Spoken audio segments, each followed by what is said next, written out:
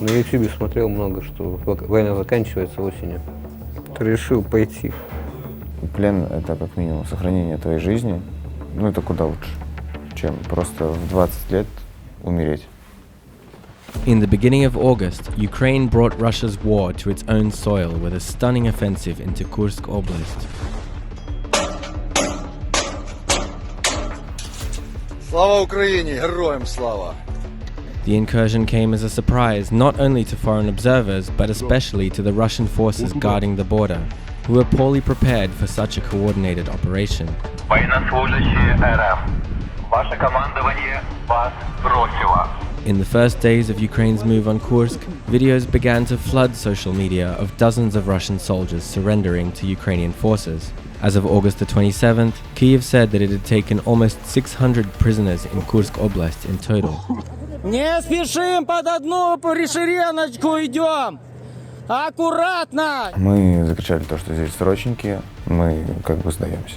Не волнуйтесь, надо действует Женевская конвенция, с вами все будет хорошо. В голову ничего не приходило. Ну, из-за того, что медлил, мне кинули гранату. У меня такой же был вопрос, когда проснулся. Где командир?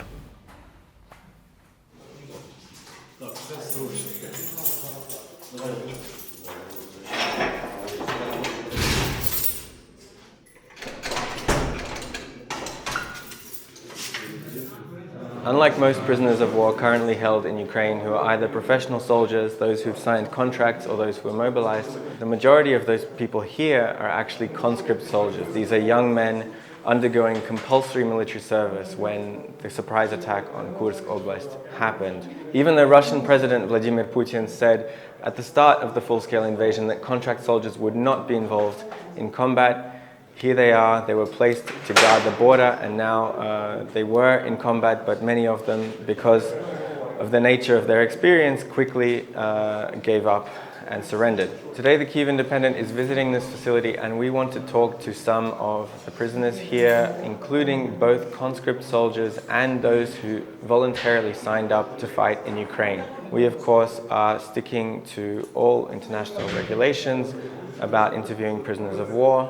We take this very seriously, and we are only speaking to those people who are willing to agree to speak to us on camera. We want to hear what it's like to serve in the Russian military, whether that's as a conscript soldier or a contract soldier. We want to hear what their motivations are.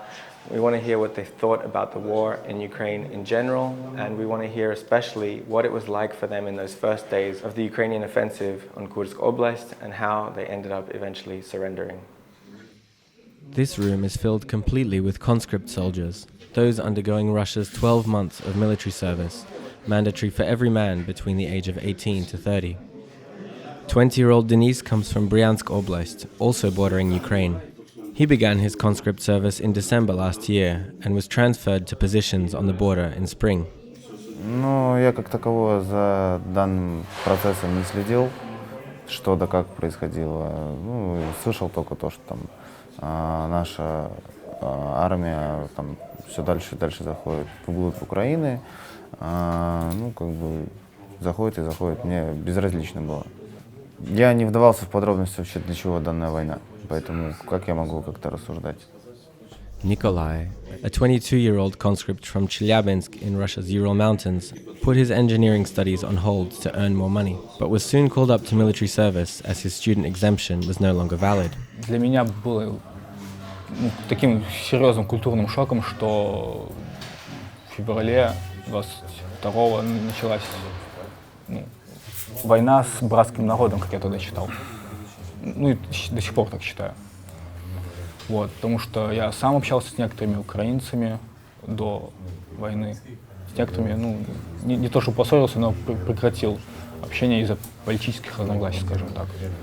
Считали, что вот из-за того, что я русский, виноват во всем, хотя я к войне вообще был не причастен. Для меня это было же таким же шоком, как и для остальных. Полгода прошло спокойно.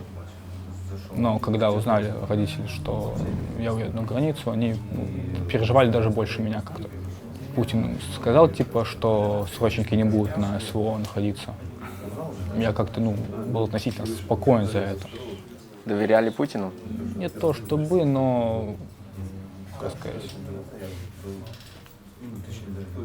Как бы есть указ президента, и люди не посмеют, скажем так, его очень сильно нарушать. Как-то, все равно закон есть и закон. А его слово как бы к закону приравнивалось, типа. Не знаю, как это объяснить. The prisoners' stories of how they were captured share common themes of chaotic organization, lack of communication, and being abandoned by their commanders in the field. Наряд будет всех и говорить то, что рядом военнослужащие ВСУ. Вот. И когда увидели их в окна уже, мы поняли то, что у нас половины группы вообще не хватает. То есть половина группы просто ночью сбежала куда-то. Выкинули оружие в проход, чтобы, как бы было все видно. И все, и так мы и попали в плен. Это вместе с командиром? Нет. А куда он? У меня такой же был вопрос, когда проснулся. Где командир? Рации все были в штабе. Все такое оборудование связное, но все в штабе, мы остались без связи вообще. Еще и света не было, там, в общем, вообще ничего. Командование перед нами постоянно не находилось, мы его не видели. И после какой-то момент, после обеда где-то, командование пропало. Просто кто-то вышел на свой страх и риск, прошелся по опорному пункту, нигде никого нету. Of those Russian soldiers who spoke to us, none said that they were big supporters of the country's war against Ukraine. Even if they were telling us the truth, though, the idea of actively taking part in a military fighting a war of aggression didn't seem to bother them much at the time. Вообще, да, основная такая мысль, типа, я маленький человек, я ничего не смогу делать, к тому же, как-то так, телевидение показывает, что большинство россиян за войну. Хотя я думаю, что это все-таки не так. Вот, и поэтому эти люди никому ничего не говорят особо, про себя думают, типа, я человек небольшой, а вокруг меня, я единственный на своем окружении, кто против России, грубо говоря, так они думают, соответственно, ни с кем этим не делятся, и их мнение просто не слышит Россия. The room next door is home to both conscripts and contract soldiers. Just before the prisoners receive their lunch, we speak to 42-year-old Vitaly from Novgorod Oblast, who signed his contract with the military in July, less than a month before the offensive. According to him, the main reasons were money and a naive belief that he wouldn't be involved in the worst of the fighting. Причин было много. Во-первых, финансовое состояние, из которого не вылезти было. И на YouTube смотрел много, что война заканчивается осенью. Где-то до ноября, сказали, закончится. Решил пойти. Я уходил специально не от своего города, а от Санкт-Петербурга. Вот мне перевели на карту 400 тысяч, остальных выплат я не дождался. То есть я ни зарплату еще первой не получил, ничего. 1 300 000. Suffering from health problems, he was told he would be a driver, but nonetheless ended up in the infantry.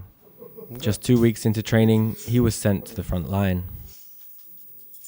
The prisoners here say that they were surprised by how well they were treated, a stark contrast with the conditions in which Ukrainian POWs are usually held in Russia.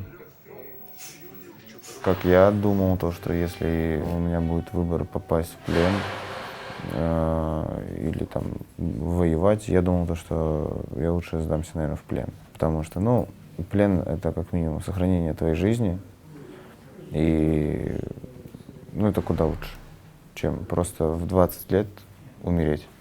Ожидание, реальность совсем разная, потому что ожидание было такого, что здесь издеваются, там избивают, ломают руки, ноги там, и так далее и тому подобное. Когда нас брали в плен, нам уже на тот момент сказали то, что здесь действует Женевская конвенция. Вот. И до сих пор никто эту Женевскую конвенцию ни разу не нарушил. Отцы-командиры говорили, что лучше не сдаваться. А что они сказали? Описывали истории такие, что человек с плена возвращается, он просто удавится и все. То есть без частей тел. Страшные вещи рассказывали о пытках. Я ожидал намного худшего. страшного ожидал. Ну, что все поотрезают, все, что выпирает.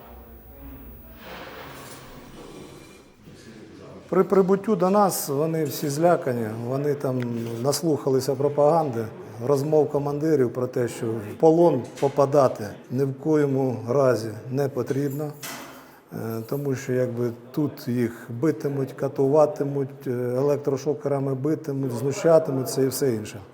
Але прибувши сюди, побувши 2-3 дні у нас, вони якби бачать, як ми до них відносимося, страх цей проходить, якби розуміють, що вони в безпеці.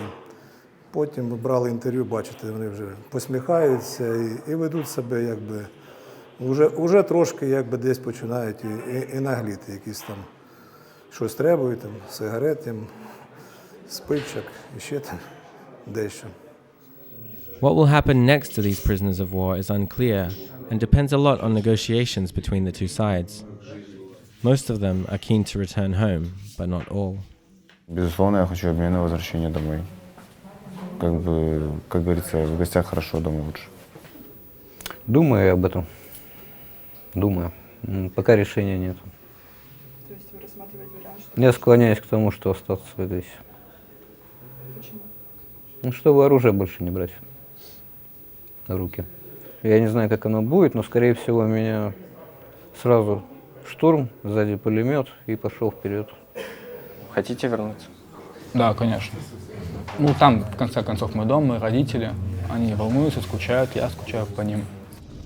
A few days after we visited the facility, 115 Russian soldiers, all of whom were conscripts like Denis and Nikita, were exchanged for Ukrainian prisoners of war, including some who were captured back in the siege of the Azovstal plant in Mariupol in 2022. For this reason, for the hope to return Ukraine's own soldiers, the capture of so many conscripts in the Kursk operation was so important.